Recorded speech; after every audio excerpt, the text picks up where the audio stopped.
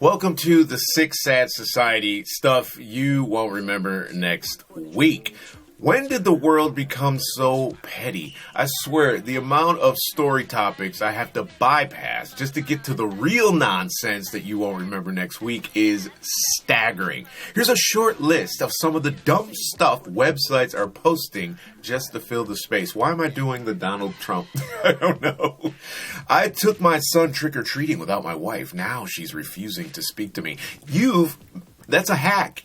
My friend stole my newborn's name and gave it to her dog. She's ruined everything. Everything? Woman so distracted by Netflix doc, she ends up brushing her teeth with deep heat. You've been wearing your Ugg boots wrong, and it's destroying them in the rain. How many ways can you put on... You stick your foot in a boot. It goes in the boot. It just goes in. That's all it's supposed to... You've been eating burgers wrong your whole life. As experts say, there's a better way. Who the hell's an expert in eating hamburgers? Wimpy? Anyway, I digress. Coffee rant portion of the show over. Let's get you some stuff that you won't remember next week on this second day of November, which is National Men Make Dinner Day. Really? Really? We have a national... And there's rules...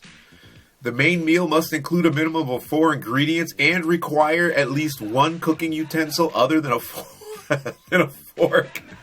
The man does the shopping for all the necessary ingredients. Clean up as you go. Aprons are optional. Wow. Okay, men, you get on it. Today we talk about a new dating trend called spider webbing. We end the debate on where to store your eggs. British tourists complaining about too many Spanish people in Spain. Oh, God. Overweight air travel blackmail. Okay. Welcome to the Sick Sad Society. Let's go. So spider webbing is the latest sinister dating trend you need to avoid. Experts reveal all. So we've got some dating news that'll make you want to swipe left faster than a politician dodging a scandal. It's called spider webbing, a tangled mess of toxic behaviors that'll leave you feeling like you've been stuck in a web and it's not fun, like Charlotte's Web kind of stuff. So we can turn this one off now, right? We're done with that one. Spider webbing is the unholy union of ghosting, love bombing, breadcrumbing, and gaslighting. It's a web of manipulation that traps you in a tumultuous and emotionally distressing relationship. I mean, come on, people. We're all looking for love, not a psychological thriller. So how can you tell if you're caught in a spider's trap? Well, one of the warning signs is if your relationship feels like an emotional roller coaster. If you're constantly experiencing intense highs and lows that leave you feeling uncertain, congratulations, you might be a victim of spider webbing. It's like riding the Coney Island cyclone, but without the thrill. Another red flag is love bombing. If your partner starts off showing all kinds of attention, they're showering you with gifts and romantic gestures, only to abruptly stop, then you're not dealing with a Casanova. You're dealing with a manipulator. And if they switch from hot to cold faster than climate change deniers, you're a victim of breadcrumbing, which is a breadcrumb trail of false promises and mixed signals. It's like being led on a scavenger hunt with no prize at the end. But the creme de la creme of spider webbing is gaslighting. This is when your partner messes with your mind, making you doubt your own reality. They'll deny things they said or did, make you question your sanity, and even try to blame their bad behavior on how much they love you. It's like being trapped in an episode of The Twilight Zone, where up is down and left is right, and you get it. Okay, so my advice to you singletons out there, it's simple. And this is for the Reddit people out there too, because we tend to spend time on Reddit as well. Your intuition is a powerful warning system. It's like a built-in BS detector. If your inner voice is screaming, "Danger, Will Robinson," it's time to raise your standards and get the hell out of that spider's web. And remember, open communication is always key. If you feel safe enough, address your concerns with your partner. Maybe they'll change their manipulative ways, but don't hold your breath. If they're truly caught in the spider's web, it might be time to cut your losses and find someone who doesn't play mind games. Just move on. Life's too short for that. So stay vigilant, keep swiping, and remember, love should be a beautiful journey, not a psychological thriller. Next story, or wherever it's going. British tourist moans too many Spanish people ruined her Benadryl. Benadryl ruined her holiday in Spain. Now, this is an older story. I'm just seeing it today, so it's new to me and hopefully new to you. So our next topic takes us to the sunny shores of Benidorm, where an English woman's holiday was allegedly ruined by what she describes as rude Spanish people. Now, I have to admit, this story has me struggling to find the punchline. But hey, let's dive in and see if we can find some humor in this tale. Frida Jackson, a retired care assistant, embarked on a 2-week vacation to Spain, hoping to soak up the sun and have a relaxing time. However, she claims her entire holiday was made miserable by other sun worshippers who got on her nerves. Now, I'm no expert, but I think it's safe to say that if you're going on holiday, the last thing you want is to be surrounded by people who get on your nerves. I get that. It's like going to a comedy show and being stuck next to the heckler. It's a recipe for disaster. But let's dig deeper into Frida's complaints. She mentioned that her accommodation was packed with local holidaymakers who nearly knocked her over on occasion. Now, I'm not one to condone rudeness, but I have to wonder if perhaps Frida found herself in the middle of a Spanish version of bumper cars or something. It's a dangerous game out there, folks. Be careful. She also expressed her frustration with the hotel, claiming that it was focused and catered to the Spanish, and that they should go somewhere else for their holidays. Ooh, I have never smelled such entitlement with such clarity. It is just impossible. Now, okay, I get it. We all want to feel comfortable and accommodated when we're on vacation, but let's remember, Benidorm is a popular holiday destination, and it's natural for businesses to cater to the majority of their clientele. It's in Spain, lady. It's like that's like Spanish people coming here and then going to like Brighton or the Lake District, and they're like, there's just too many English people around. They wouldn't say it in that accent, nor would they probably say that at all. Anyway, it's a popular vacation spot. So it's like going to a taco stand in LA and demanding they serve fish and chips or something.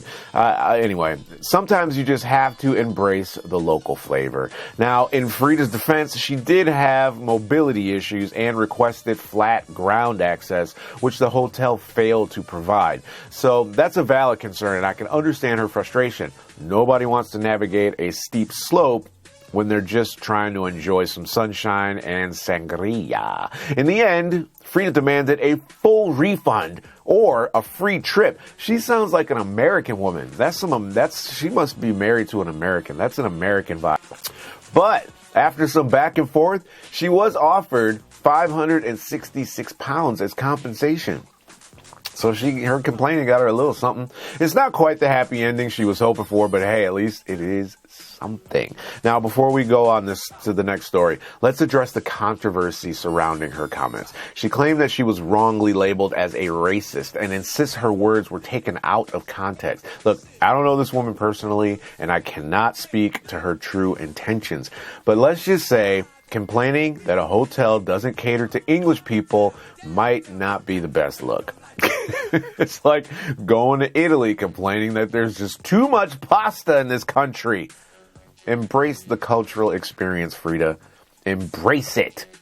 Anyway, remember when you go on vacation, try to keep an open mind, embrace the local culture, and leave your complaints at home. Because if you're lucky enough to be at the beach, you're lucky enough. Where's the correct place to store your eggs? As an expert says, it makes them last longer. So this has been an ongoing debate. I actually just had this conversation at a friend's house over the weekend, over lunch, and yeah. So we're diving into this debate. It's confounded households across the globe. Where do you store your eggs? Fridge or countertop?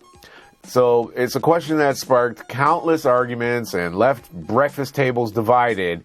And fear not, because I found an expert with some excellent advice. See, that time that was the AI. So anyway. So this guy is a British doctor. He's actually a vet, I think. But he weighed in on this heated topic, bringing his unique perspective from working with food inspectors during his doctorate studies. And according to this doctor, I can't pronounce his last name, so I'm just kind of leaving it. But it's not necessary to store your eggs in the fridge. Doing so will actually make them last longer, though. That's right. The cold is the key to egg longevity. Supermarkets often keep their eggs on the regular shelves and not the fridge, at least in the UK. It seems like we just talked about this on the last week's pod. Anyway, so why? Well, it turns out that the change in temperature when you take the eggs out of the fridge can cause condensation, which could increase the chance of salmonella. You take them out and you eat them. Right? You don't leave them on the counter. But anyway, apparently nobody wants that, obviously. So the supermarkets make the call to keep them at room temperature. It's like some sort of game of egg roulette. If you want to be extra cautious, according to this doctor, remember buying eggs with the British Lion quality stamp is the best way to go. So the stamp ensures that the chickens that lay the eggs have been vaccinated against salmonella. It's like having a little egg superhero protecting you from the dangers of foodborne illnesses. So if you want to sleep soundly at night, look for the British Lion on your eggs, which you should find everywhere. But hold on a second, we're not done just yet. Just because you store your eggs in the fridge doesn't mean you can crack them straight into the frying pan accordingly. I've been doing this my whole life. I've never gotten sick, but I'm just reading what the article said, and I don't agree with this at all. So the sudden change in temperature could lead to a cracked shell or mess with the binding qualities in baking. So give those eggs a chance to warm up by taking them out of the fridge 30 minutes before you plan to use them. It's like giving them a little egg spa treatment before they hit the heat. And if you're wondering where in the fridge you should store your precious eggs, the middle shelf is the golden spot. It's where the temperature stays the coldest and most consistent. Plus, those lovely cardboard boxes they come in, they provide the perfect protection. It's like creating a cozy little egg haven in your fridge. So in the end, the choice is yours. You can get with this or you can get with that. This sucks. Change it. Not the last story yet. I think this is the last story. Next story, last story. So I forced a fat man to pay me 123 pounds for taking up part of my seat on the plane. This is going to spark all kinds of drama, so don't at me and start saying, he said this, that, and the third. I'm just reading what I found, all right? So finally, we're discussing a story that has taken flight, quite literally. It seems that one passenger on a long-haul flight decided to take matters into his own hands when faced with an uncomfortable seating situation. What would you do in this situation? Leave a comment below. Did he handle it with grace or in compassion? Hell no. Picture this. You're settling into your seat, hoping for a smooth journey, when suddenly you find yourself sharing your space with a passenger who, let's say, spills over into your seat. Remember those people? Oh, okay, that's what they're doing. So it's a challenging situation, to say the least. But instead of approaching it with empathy and understanding, this passenger decided to play the role of a cash-hungry airline enforcer. The story goes that our protagonist, let's call him Mr. Uncomfortable, found himself pressed up against an overweight passenger who was encroaching on his seat. Now, it's understandable that Mr. Uncomfortable wanted to address the issue, but the way he went about it left a lot to be desired. He called over a flight attendant and demanded. He's probably friends with that lady who went to Benator. He demanded that the overweight passenger either purchase an additional seat or find someone willing to sacrifice part of their own seat for him. Whew, wow, that's tough. What are your thoughts on that, guys? Leave a comment below if you think that guy's out of line or if the airline should have charged him. So is there going to be some sort of new regulatory process where they ask you how wide you are before you can buy your ticket and then verify that upon arrival? Total fat shaming then, isn't it? Okay, so here's where things take a turn for the worse. Instead of finding a solution that would accommodate both parties, Mr. Uncomfortable seized the opportunity to make a profit. This guy's an American. He has to be. He offered the overweight passenger a deal. I mean, let's make a deal here. Let's make a deal. Pay me $150, which conveniently happened to be half the cost of the flight, and he would allow him to stay in his seat. Wow, that is some serious extortion, right? So, of course, this sparked outrage among other passengers who witnessed the exchange, and I can't say I blame him. It seems like Mr. Uncomfortable was more interested in his own comfort and financial gain than finding a fair and compassionate solution. I mean, he did ask the flight attendant if he could find him somewhere else more comfortable. For him, you'd think he wants to be in your seat? Anyway, one Reddit user aptly put it, "You just blackmailed this guy for being fat."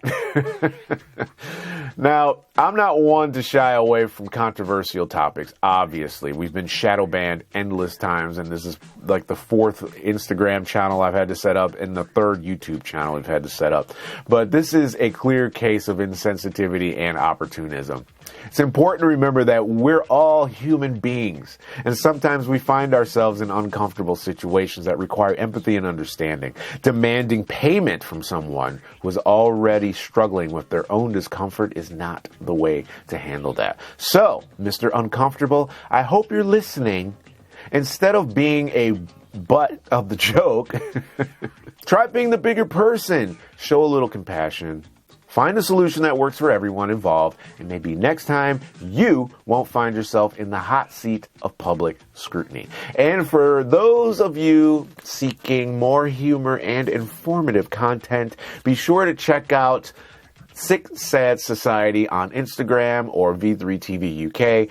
You can also go to our website, v3tv.uk. The website's in dire need of an update. I'm working on it, I promise. You can also search V3TV at V3TV. Search that handle.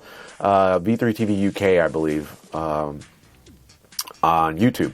And we're on Rumble for all of you free speech supporters. That'll keep you entertained and informed without resorting to blackmail. So until next time, this is Vaughn Joseph signing off. Stay compassionate, folks. And that's it for today. And hit us up. And thanks for watching. Peace.